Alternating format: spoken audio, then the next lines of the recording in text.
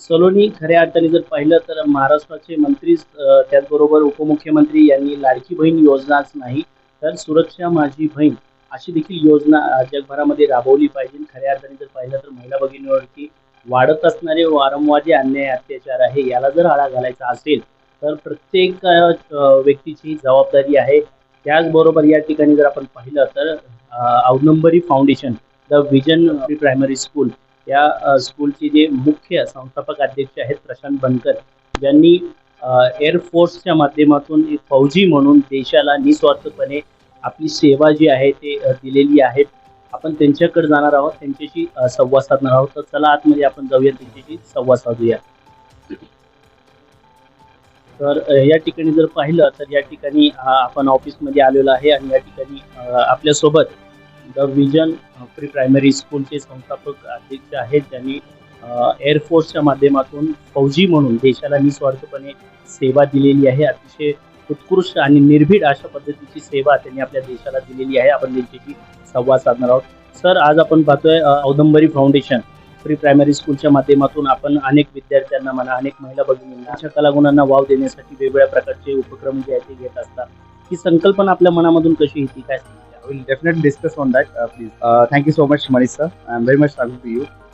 सध्या ह्या आपल्या देशामध्ये, नॉट इव्हन देशामध्ये, जगामध्ये महिला सशक्तीकरण करणं खूप गरजेचं आहे.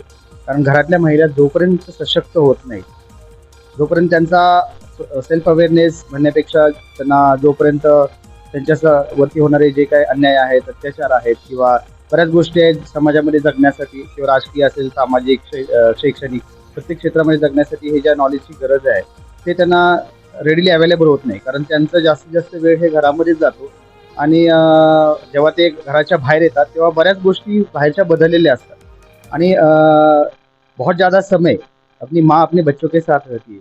तो अगर माँ को सभी चीज़ें पता है या माँ का नॉलेज लेवल ज़्यादा है तो डेफिनेटली वो माँ अपने संस्कार या अच्छी चीज़ें अपने बच्चों को देंगे और वो बच्चे is going to create a new world और न्यू नेशन, यूथ जो भी बनेगा बहुत ही स्ट्रांग बनेगा. और उसके चलते हुए बहुत सारे जो दुनिया जो फेस कर रही है लाइक करप्शन के प्रॉब्लम्स है या फिटिसाइड्स है या यू कैन से एट्रोसिटीज़ है, ये कम होती रहेगी. बिकॉज जब तक आपको उस चीज़ों के बारे में पता ही नहीं है या आपके हक के बारे में पता नहीं है तब तक it is very difficult to take the person on the track. So I feel that. नक्कीच सर, आज आपण जर पाहिलं तर महाराष्ट्रामध्ये मोठ्या प्रमाणामध्ये महिला भगिनीवरती अन्याय अत्याचार जे ते वारंवार वाढत आहे. मध्यंतरीच एक बातमी आपण सातत्याने संपूर्ण महाराष्ट्रात पाहिलेली आहे, ते म्हणजे बदलापूरमध्ये चिमुकड्या 2 मुलीवरती जो अन्याय अत्याचार झाला आहे. त्या गोष्टीकडे आपण कसं पाहता, काय? हे पहा, शासन आणि प्रशासन याच्याबद्दल जर मी बोललो ह्या विषयावरती तर it is going to be again a debatory thing. But प्रशासन आपलं काम अतिशय योग्य पद्धतीने करते, पण शासन सुद्धा करण्याचा प्रयत्न करतं. प्रत्येक शासन, कोणतीही पार्टी असू द्या, कोणतीही सत्ता असू द्या, पण एखादा अन्याय कोणावरही जरी झाला तरी तो अन्याय हा सर्वांच्यावरती झाला असं म्हणून सत्ताधारी किंवा विरोधी पक्ष सगळ्यांनी एकत्र होऊन त्याच्याशी लढा देणं गरजेचं आहे, ना की आपसात लढणं गरजेचं आहे, ना की एकमेकांच्यावरती ताशेरे ओढणं गरजेचं आहे. आणि असे ताशेरे ओढत राहिले मग प्रशासनाला पण आपले काम करताना खूप डगमग होऊन जाते. आणि सगळ्यात महत्त्वाची गोष्ट म्हणजे या सर्वांसाठी प्रबोधन होणं खूप गरजेचं आहे. आणि we should be one, we should fight this war यूनाइटली.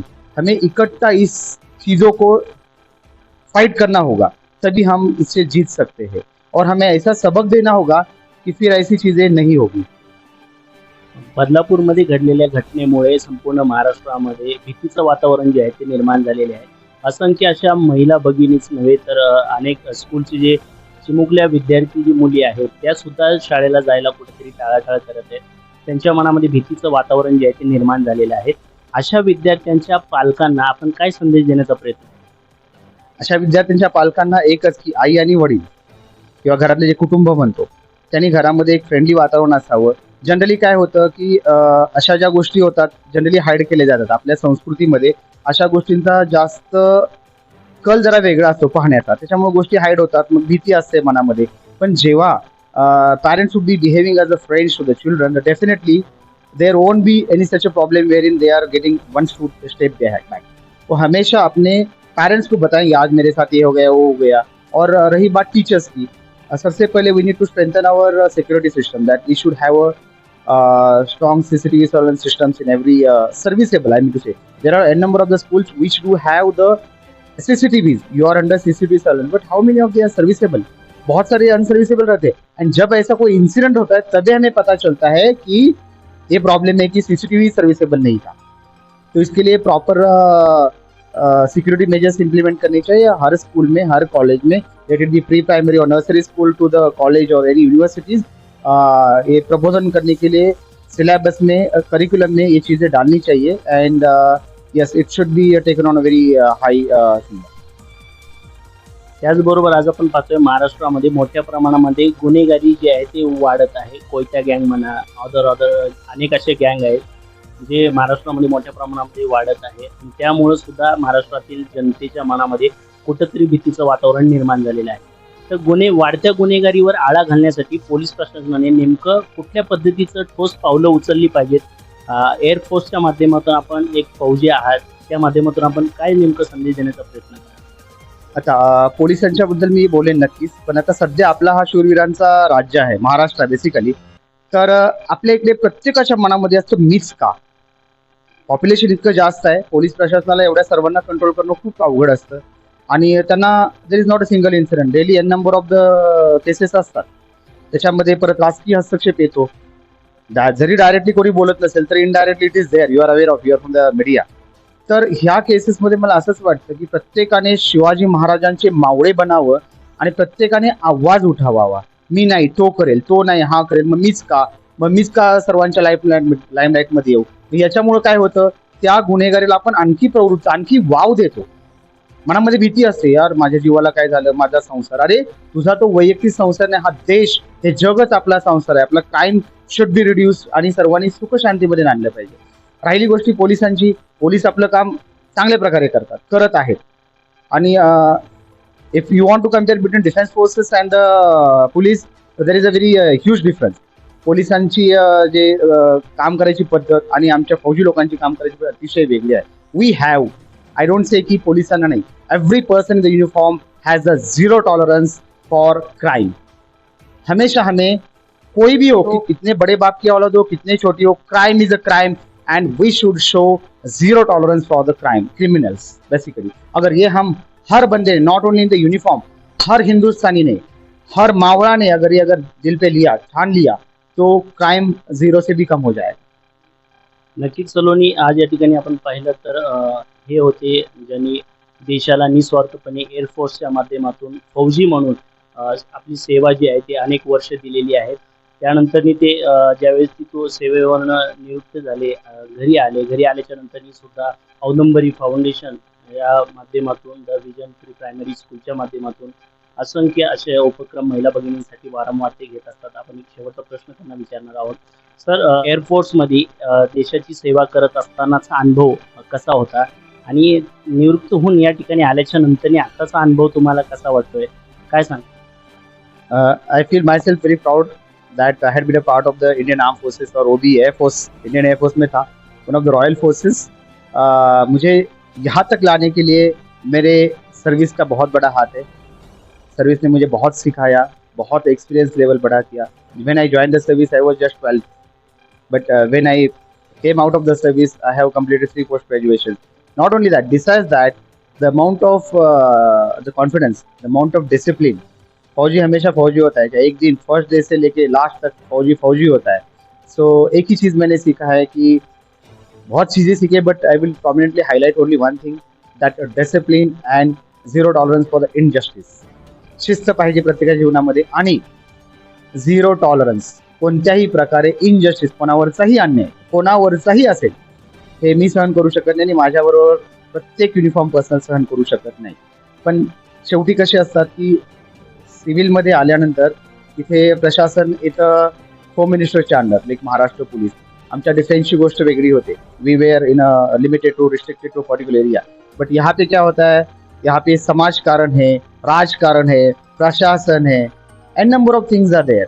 So it is very difficult and very tough for the defence personnel who came out of the services to survive it. But yes, it is not impossible. अगर हम जो है, हर फौजी अगर फौजी की तरह रहेगा, तो जो क्राइम रेट है वो क्राइम रेट 50% भी कम होगा। लेकिन बहुत टाइम में ये देखा गया है कि वहाँ पे सर्विस करने के बाद मोस्ट ऑफ द फौजी बोलते हैं या कोई अच्छा नौकरी दे दो और शांति से जिंदगी Jio. End that is the reason I didn't go for any jobs. I have opened my trust, I have established my trust, and I am doing good thing for not only for the people who are connected with the Audumbari Foundation, but also if anyone walks to my office to have somebody must having some problems like कहीं PMC में कोई problem है या police की तरफ से support नहीं mill रहा या कोई ज़्यादा आवाज़ से बुलेट चला रहा है या कहीं पानी जा रहा है, कोई मेयर ध्यान नहीं दे रहा या कोई नगर सेवक ध्यान नहीं दे रहा, in that case I always used to take up the call. So, Fauji is Fauji, and I am the Fauji, Hindustani Fauji. I will be available for each and every citizen of India 24/7. My office is always open for them. नक्कीच एअरफोर्सचे जवान जर म्हटलं तर आपल्या समोर सगळ्यांसमोर एक वाक्य निश्चितच येतं, ते म्हणजे संघर्ष योद्धा. देशाच्या सेवेसाठी अहोरात्र झटणारी व्यक्ती म्हणजे आर्मी फौजी. यांनी आपल्या कारकिर्दीमध्ये जीवन जगत असताना, देशाची सेवा करत असताना त्यांच्या जीवनामध्ये सातत्याने एकच गोष्ट असते, ते म्हणजे डिसिप्लिन. प्रत्येक गोष्टी ही वेळेवरती झालं पाहिजे आणि त्याच अनुषंगाने ज्यावेळेस ते नियुक्त होऊन या ठिकाणी आले, या ठिकाणी ते गप्प न बसता Audumbari foundation the vision pre primary स्कूलच्या माध्यमातून अनेक विद्यार्थ्यांच्या कलागुणांना वाव देण्यासाठी, अनेक महिला भगिनींवरती होणाऱ्या अन्याय अत्याचारामुळे जे महिला भगिनींच्या मनामध्ये जे दडपण निर्माण झालेलं आहे, भीतीचं वातावरण निर्माण झालेलं आहे, या सगळ्या गोष्टीला दूर करण्यासाठी ते सातत्याने या प्री प्रायमरी स्कूलच्या माध्यमातून कायम तत्पर असतात. वेगवेगळ्या उपक्रमाच्या माध्यमातून ते महिला भगिनींना कायम त्यांचा आनंद जो आहे तो दुर्गणित करण्याचा प्रयत्न या ठिकाणी ते करत असतात. धन्यवाद सर, तुम्ही दिलेल्या सविस्तर माहितीबद्दल. तुम्ही जर आमच्या चॅनलवरती नवीन असाल तर आमच्या चॅनलला लाईक, शेअर व सबस्क्राईब करा. तसंच बेल आयकॉनचं बटन दाबून कमेंट करायला मात्र विसरू नका, कारण बातमी तुमची, साथ आमची. आपल्या हक्काचं चॅनल. धन्यवाद.